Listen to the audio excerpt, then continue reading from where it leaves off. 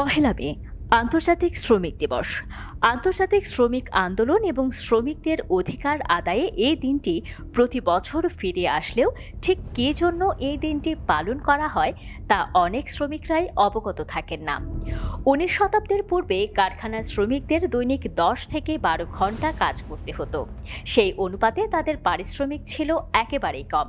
একটা সময় শ্রমিকরা ক্ষুব্ধ হতে থাকে।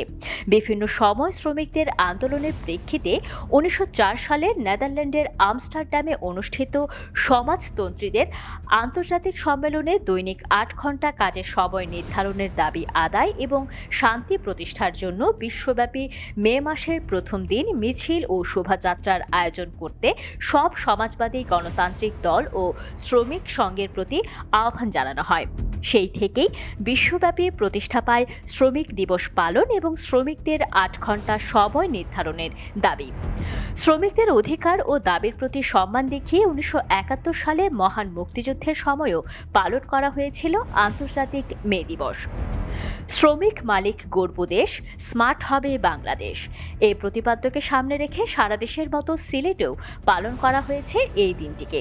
সকাল থেকে বর্ণাঢ্য র্যালি ও শ্রমিক সমাবেশ করেছেন সিলেটের রাজনৈতিক সামাজিক সহ বিভিন্ন সংগঠন, যাদের মধ্যে ছিল মাইক্রোবাস শ্রমিক কমিটি, বাংলাদেশ ট্রেড ইউনিয়ন সংঘ ইত্যাদি।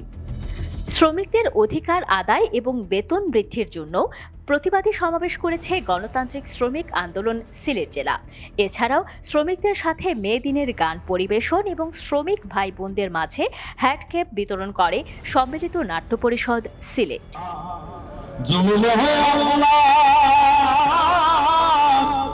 আমি যদি আল্লাহর বান্দা জমিন আল্লাহ ঠিক নাকি ভাই বলে আলম হয় সন্তান আমরা সমান অংশীদার রে